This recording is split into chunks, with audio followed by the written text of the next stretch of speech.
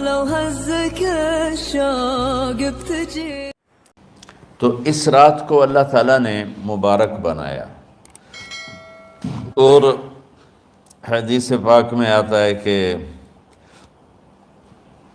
اللہ تعالیٰ اس رات میں ساری دنیا کے لوگوں کی بخشش فرماتا ہے سوائے 5 آدمیوں کی۔ 5 کے سوا سب اہل ایمان کی بخشش ہو جاتی۔ مشرک، المشرک، پہلا مشرک، دوسرا مشاحن۔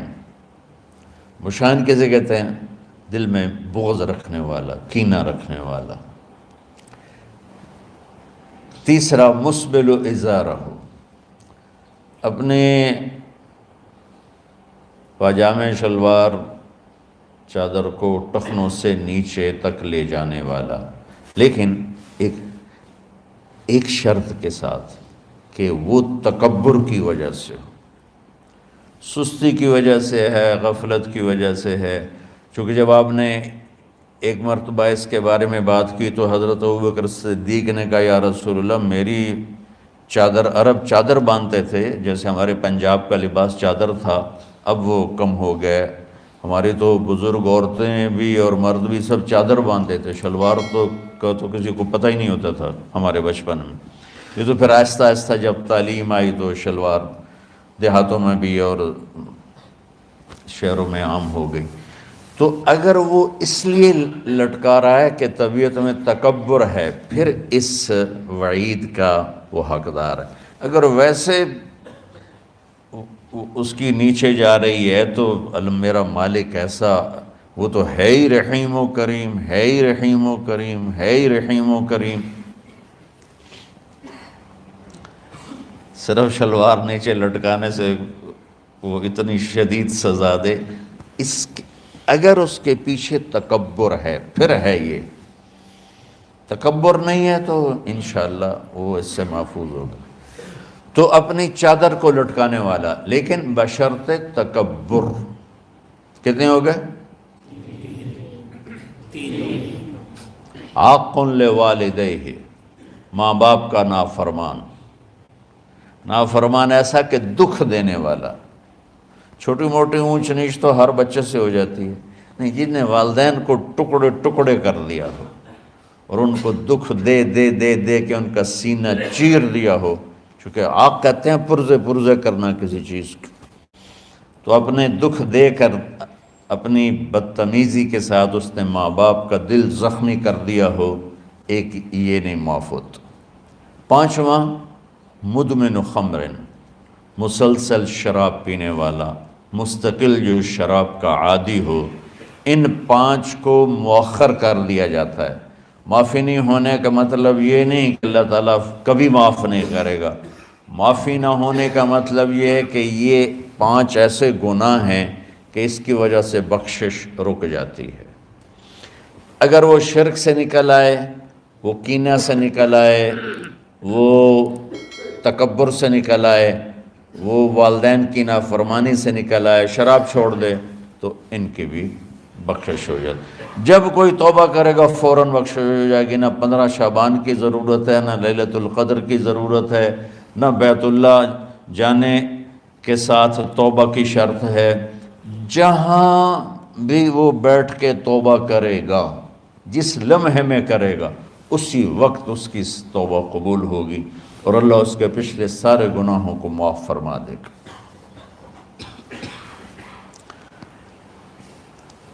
دن کا روزہ، رات کا قیام، زیادہ قیام سے مراد نوافل ہیں، کوئی گھر میں پڑھ لے، کوئی مسجد میں پڑھ لے۔ نوافل، نفلی عبادات گھر میں ہی افضل ہوتی ہیں۔ میرے نبی سنتیں ہمیشہ گھر سے پڑھ کے آتے تھے۔ تہجد اپنے گھر میں پڑھتے تھے، مسجد میں نہیں پڑھتے تھے، سوائے اعتکاف کے۔ آپ اپنے نوافل، سنتیں سب گھر میں پڑھتے تھے اور مسجد میں صرف فرض آ کے ادا فرماتے تھے، اور اس کے بعد بیٹھنا ہوتا تھا تو بیٹھ جاتے تھے، اٹھنا ہوتا تھا تو اٹھ جاتے تھے۔ تو اعتدال اللہ کو ہر چیز میں پسند ہے۔ دنیا جو مختصر ہے اس میں کیسے پسند نہیں ہوگا؟ آخرت جیسے معاملے میں بھی اللہ ہم سے کہہ رہا ہے اعتدال امتن وسطا، ایسے عیسائیوں کی طرح ترک دنیا بھی نہ کرو، یہودیوں کی طرح دنیا کے پیچھے نہ پڑ جاؤ، رزق کے حلال بھی کماؤ، اپنے بچوں کو بھی دیکھو، اپنے فرائض کو بھی دیکھو جو دنیاوی ہیں، اور اللہ سے بھی اپنا معاملہ ٹھیک کرو اور درست کرو۔ بعد کے زمانے میں صحابہ کے بعد سے ہی ایک انتہا پسندی امت میں آئی، ساری ساری رات جاگنا، فلاں بزرگ تھے وہ رسے سے اپنے بالوں کو باندھ لیتے تھے کہ نماز پڑھتے پڑھتے جب نیند آئے اور جھٹکا لگے تو رسے سے بندھے ہوئے بالوں سے اس جھٹکے سے تکلیف ہو اور ان کی آنکھ کھل جائے اور پھر نفلوں میں شروع ہو جائے۔ ایک فلاں بزرگ تھے وہ اپنے آنکھوں میں نمک کا سرما لگاتے تھے تاکہ آنکھیں جل جائیں، اس میں وہ جلن پیدا ہو جائے اور نیند اڑ جائے۔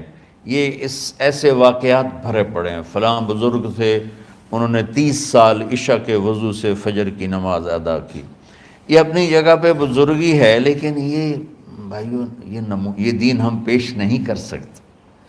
فلاں بزرگ تھے وہ 30 سال سے ستو کھا رہے تھے کہ روٹی کھانے اور ستو کھانے میں 70 دفعہ سبحان اللہ کا فرق پڑ جاتا ہے، تو روٹی کھائیں تو 70 دفعہ سبحان اللہ کم کہہ سکتے ہیں، اور ستو کھائیں تو 70 دفعہ سبحان اللہ زیادہ کہہ سکتے ہیں۔ تو لہٰذا ان کا مجھے تو 30 سال ہو گئے، میں تو ستو کھا رہا ہوں، میں تو روٹی نہیں کھا رہا۔ یہ دین نہیں ہے، یعنی یہ وہ دین نہیں جو ہم انسانیت کو پیش کر سکتے۔ یہ تو لوگوں کو دوڑانے والی بات ہے۔ اور ایک آدمی ایک بزرگ سے ملنے گیا تو وہ نوافل پڑھ رہے تھے، وہ ظہر سے عصر تک نفل پڑھتے رہے، وہ ان کے انتظار میں بیٹھا رہا، پھر عصر سے مغرب تک وہ مراقبہ کرتے رہے، وہ انتظار میں بیٹھا رہا، پھر مغرب سے عشاء تک وہ نفل پڑھتے رہے، وہ بیچارہ انتظار کرتا رہا، پھر عشاء کے بعد پھر نفل شروع کیے تو تہجد تک نفل پڑھتے گئے اور وہ بیچارہ پیچھے بیٹھا ہوا۔ تو تہجد کے آخر میں ان کی مصلی پہ بیٹھے بیٹھے ایسے اونگ آ گئی، تو یوں جھٹکا لگا تو کہا یا اللہ میں اس آنکھ سے پناہ مانگتا ہوں جو سونے سے اس کا دل ہی نہیں بھرتا۔ اور پھر اس کے بعد فجر کی نماز پڑھ کے اشراق تک بیٹھے رہے، پھر اشراق پڑھے، اخیر وہ بیچارہ اٹھی کے واپس آ گیا، کہ لگتا ہے نام ویلی کوئی نہیں۔ تو وہ اس نے کسی سے پوچھا کہ یہ بزرگ کب سے یہ کر رہے ہیں؟ کہ پچھلے 30 سال سے کر رہے ہیں۔ یہ راہبانیت کی شکل ہے، یہ وہ دین نہیں جو ہم لوگوں کو پیش کریں گے تو وہ کہیں گے واہ واہ واہ واہ کیا دین ہے بھائی، قبول کرو۔ یہ ایک قسم کا غلو آیا۔ میں ایک حدیث سناتا ہوں، بخاری شریف میں بھی ہے، مجھے اب ہر شے بھول گئی، لیکن وہ ہے نہی الغلو، اس طرح کر کے آپ لوگ زیادہ جانتے ہوں گے جو پڑھ رہے ہیں، کہ غلو سے نہیں۔ حدیث آپ کو سب کو یاد ہوگی کہ 3 صحابہ آئے اللہ کے نبی کے گھر اور پوچھا کہ اللہ کے نبی رات کیسے گزارتے ہیں؟ تو گھر والوں نے کہا سوتے بھی ہیں، جاگتے بھی ہیں، کھاتے بھی ہیں۔ تو وہ تینوں آپس میں کہنے لگے وہ تو نبی ہیں، سوئیں بھی تو کوئی بات نہیں، اور شادی ہے کوئی بات نہیں، ہم تو نبی نہیں، ہمیں تو کچھ کرنا چاہیے۔ ایک نے کہا کہ میں ساری زندگی روزہ نہیں چھوڑوں گا، ایک نے کہا کہ میں ساری زندگی سوؤں گا نہیں، ایک نے کہا میں ساری زندگی شادی نہیں کروں گا۔ تو دیکھنے میں تو واہ واہ کیا بڑی بزرگی ہے بھائی، بڑے بزرگ ہیں۔ ہمارے نبی کو پتہ چلا، آپ نے تینوں کو بلا لیا، کہا تم مجھ سے زیادہ اللہ سے ڈرنے والے ہو، میں تم سے انا اتقاکم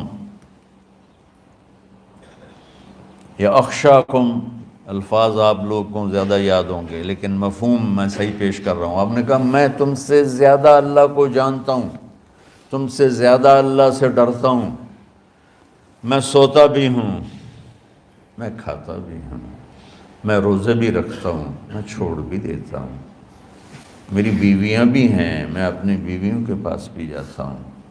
تم دین میں غلو سے بچو، پہلے امتوں کو ہلاک کر دیا دین میں غلو۔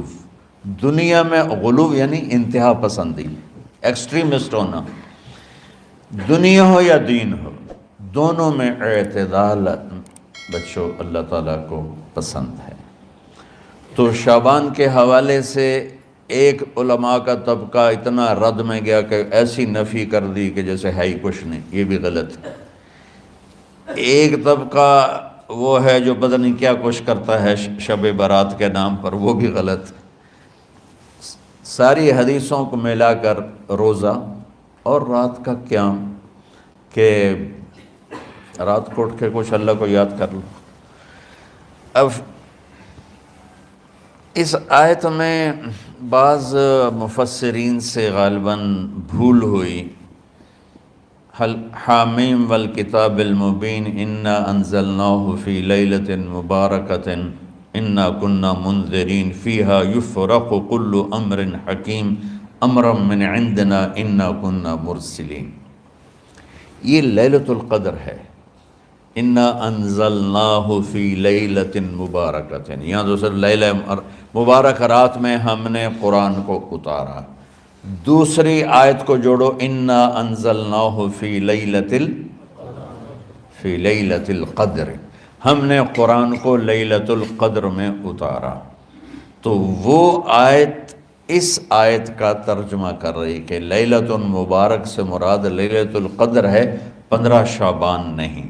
لیکن بعض مفسرین جو بڑے لوگ ہیں، لہذا ہم سب کا ادب احترام کرتے ہیں، لیکن رائے کا اختلاف وہیں بڑے علماء میں ہی ہے، تو اسی کو میں آپ کے سامنے نقل کر رہا ہوں، کوئی اپنی رائے نہیں دے رہا ہوں۔ تو ان سے یہ صاف ہو گیا کہ انہوں نے اس کو 15 شعبان بنا دیا۔ یہ 15 شعبان کی رات نہیں ہے، یہ لیلۃ القدر ہے، کہ جس میں وہ پورے سال کے احکام اعلان کر دیے جاتے ہیں، وہ شب قدر ہے۔ اس میں بھی معافی ہوتی ہے، اس میں بھی معافی ہوتی ہے، لیکن شب قدر تو قرآن سے صحیح احادیث سے ثابت ہے، اور شعبان کی رات ضعیف حدیثوں سے ثابت ہے، لیکن کثرت حسن لغیرہ اور امت کا عمل اس میں بہت بڑی گنجائش پیدا کرتا ہے۔ تو جو بچہ روزہ رکھنا چاہے ضرور رکھے، جو رات کو اٹھنا چاہے ضرور اٹھے، لیکن وہ اتنا نہ اٹھے کہ صبح سبق میں سویا پڑاؤ، تو ایسی عبادت نہیں چاہیے کہ آپ اپنے طلب علم جو فرض ہے اس میں آپ سوئے پڑے ہوں، تو تمہارے خراٹوں سے سبق بھی متاثر ہو رہا ہو۔ تو اعتدال بچوں، ہر چیز میں اعتدال، اور کسی سے گلہ ہے، غصہ ہے، ناراضگی ہے، کسی سے بولتے نہیں ہو۔ ابھی سے شعبان آ چکا ہے، آپ شعبان سے رمضان کی تیاری شروع فرما دیتے تھے، تو اس کی تیاری کیا ہے؟ وہ دلوں کو صاف کرو، معاف کرو، معافی مانگو، تمہارا قصور نہیں پھر بھی معافی مانگ لو، دلوں کو صاف کرو، اور اللہ سے سخاوت مانگو، کہ اللہ کو سخی بھی پسند ہے اور صاف دل والا بھی پسند ہے۔ تو انشاءاللہ اگر اس طرح آپ کی تعلیمی سرگرمیاں بھی رہیں اور رمضان کا روزہ بھی ہوا اور دل صاف بھی ہوا، تو انشاءاللہ اللہ آپ کے دل کو ایمان اور علم کے نور سے بھر دے گا۔ سارے بچے اس کی نیت کرتے ہو نا؟ اللہم لک الحمد کما انت اہلہ فصلی علی محمد کما انت اہلہ۔ ہمارے اسباب و وسائل میں بہت کمی آ رہی میرے مولا، اپنی قدرت سے اپنے اس ملک کے لیے رزق کا، ہدایت کا دروازہ کشادہ فرما۔ یا اللہ، جو اس کی دشمنی کرنے والے ہیں ان کو بھی ہدایت نصیب فرما، اور ان کے مقدر میں ہدایت نہیں تو ان کے شر سے اس کی حفاظت فرما۔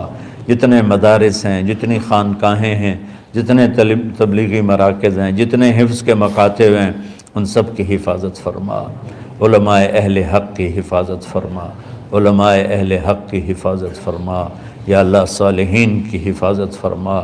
یا اللہ، احفظنا من بین ایدینا ومن خلفنا وعن ایماننا وعن شمائلنا ومن فوقنا ونعوذ بعظمتك من أن نغتال من تحتنا اللهم إنا نعوذ بك من الاغتيال اللهم إنا نعوذ بك من أن نغتال من تحتنا اللهم احفظنا من كل بلاء اللهم احفظنا من كل شر ومن كل بلاء وعافنا من كل شر ومن كل بلاء یا اللہ تو پوری امت پہ کرم فرما رحم فرما یا اللہ پوری امت کا کہ خون کی عزت کی جان کی مال کی بچوں کی بچیوں کی عزتوں کی حفاظت فرما پوری دنیا کے کفر کو ہدایت دے دے پوری دنیا کے غیر مسلموں کو ایمان دے دے امریکہ والوں کو ہدایت دے دے افریقہ والوں کو ہدایت دے دے یورپ والوں کو ہدایت دے دے ایشیا والوں کو ہدایت دے دے آسٹریلیا والوں کو ہدایت دے دے جو تجھے نہیں پہچانتے انہیں اپنی پہچان کرا دے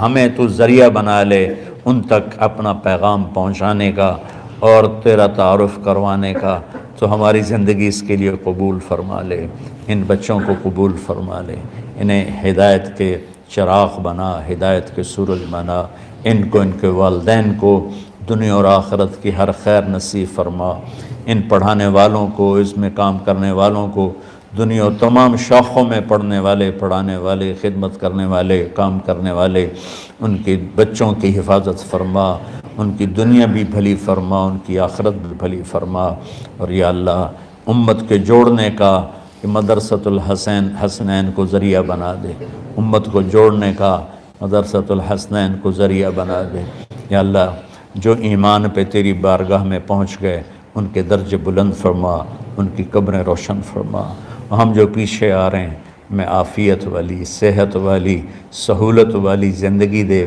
اور ایمان والی موت عطا فرما یا اللہ امراض والی موت سے بچا ہسپتالوں والی موت سے بچا اغتیال والی موت سے بچا عافیت سلامتی والی ایمان کے ساتھ اپنی رضا کے ساتھ ہماری واپسی یا اللہ مقدر فرما یا اللہ جو بیمار ہیں جو بچے بیمار ہیں جو اساتذہ بیمار ہیں یا اللہ میں بھی تیرا حقیر فقیر بندہ بیماری میں چل رہا ہوں ہم سب کو صحت شفا کامل نصیب فرما صحت شفا کامل نصیب فرما یا اللہ صحت شفا کامل نصیب فرما یہ جو نکاح ہوا ہے ان میں بھی یا اللہ جان بین میں برکت نصیب فرما اور محبت نصیب فرما یا اللہ ہم سب سے راضی ہو جا توفنا مسلمین والحقنا بالصالحین غیر خزایا ولا مفتونین انك على كل شيء قدير ربنا آتنا في الدنيا حسنة وفي الآخرة حسنة وقنا عذاب النار وصلى الله تعالى على النبي الكريم آمين برحمتك يا